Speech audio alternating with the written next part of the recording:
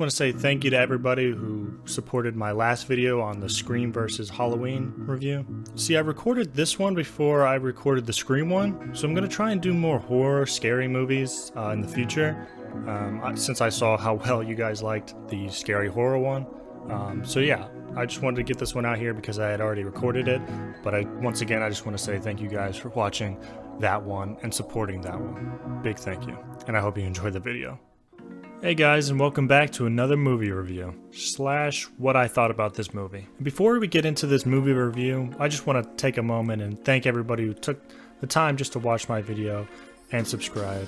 It really means a lot to me, and I just want to say thank you guys. So without further ado, let's get into this Spider-Man Far From Home. And yes, there will be spoilers, so if you haven't watched it, I recommend you go and do so. Once again, I'm just going to mention that I am not a professional at talking about movies or even reviewing movies.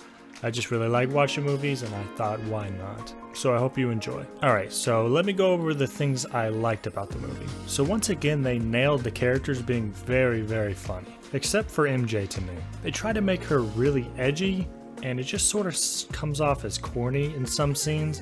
The rest of the characters are great, to the point where you don't even notice that some of her jokes don't land at all. But overall, most of the characters were very funny, and I feel like they had a very strong character cast. And once again, the movies are connected, so this one flows well from Endgame, which I understand can be a good or bad thing, but I found it to be okay. I also liked how they sort of addressed Aunt May's volunteer work.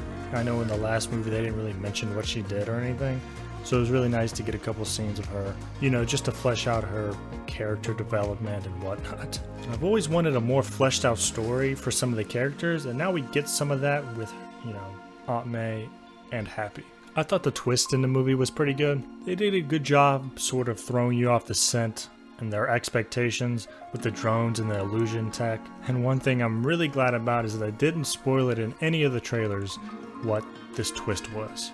Since it's called Far From Home, I'm really glad to see different environments. That was one of my problems with the Sam Raimi films, is that everything is in the city, and I would have liked to see a little more variety in those movies. And with that being said, this movie nails it, with them going to Paris and all different places around Europe and all that jazz. And going along with new locations, we also get some badass monsters that just look fantastic. I mean, the CGI is something to just be marveled at.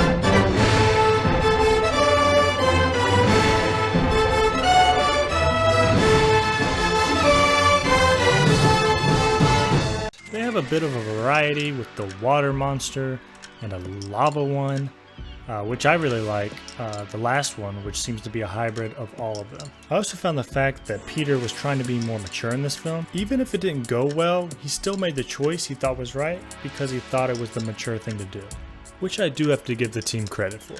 And the last point I have is something I complained about in my last review, which was that we never get to see how Peter gets his powers and how he evolves them. And to a certain point, it's not even explained at all. But they do make an effort to show you that he doesn't have his full powers yet. And this movie does do a good job of developing him more, which I would love to see continue. Now, I'm sure there are more things that I liked, but these are just the main points. Now on to the other things. Alright, so just like in Homecoming, I couldn't really find many things I thought were bad in the film. I only found that there were some small things that they could improve on. So like with the character Brad Davis, which is supposed to be the love interest rival. But the whole movie, I didn't really find him a threat, because we can already tell that MJ likes Peter, and I feel like his character just isn't needed. I mean, I know his conflict with Peter is needed, but after I saw the movie and it was over, I totally forgot he even existed when I watched it again. And another small thing is how dumb all the teachers are to everything. I mean, yes, it is very funny to watch them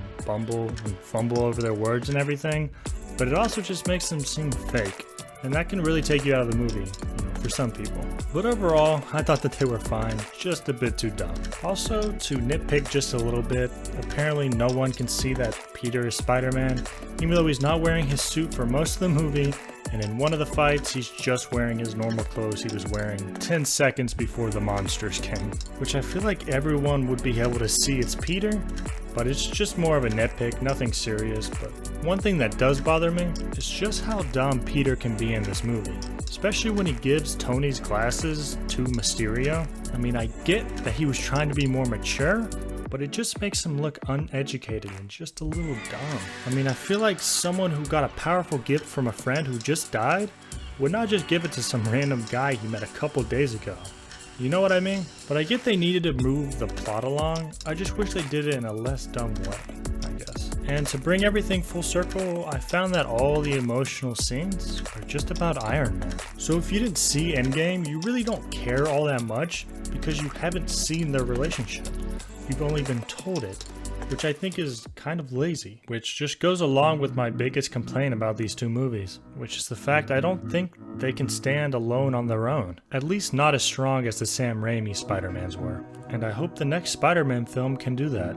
Well, that's going to conclude my thoughts on Spider-Man Far From Home. I thought this film was great, and I would recommend you guys all watch it, if you haven't already. And I do have faith that they will continue strong with this series of movies, given the fact that people are loving Tom Holland as Spider-Man. And I can't wait to see what they do next. So I hope you guys enjoyed this video, and thank you for watching, and I hope to see you in future ones. Till then, peace.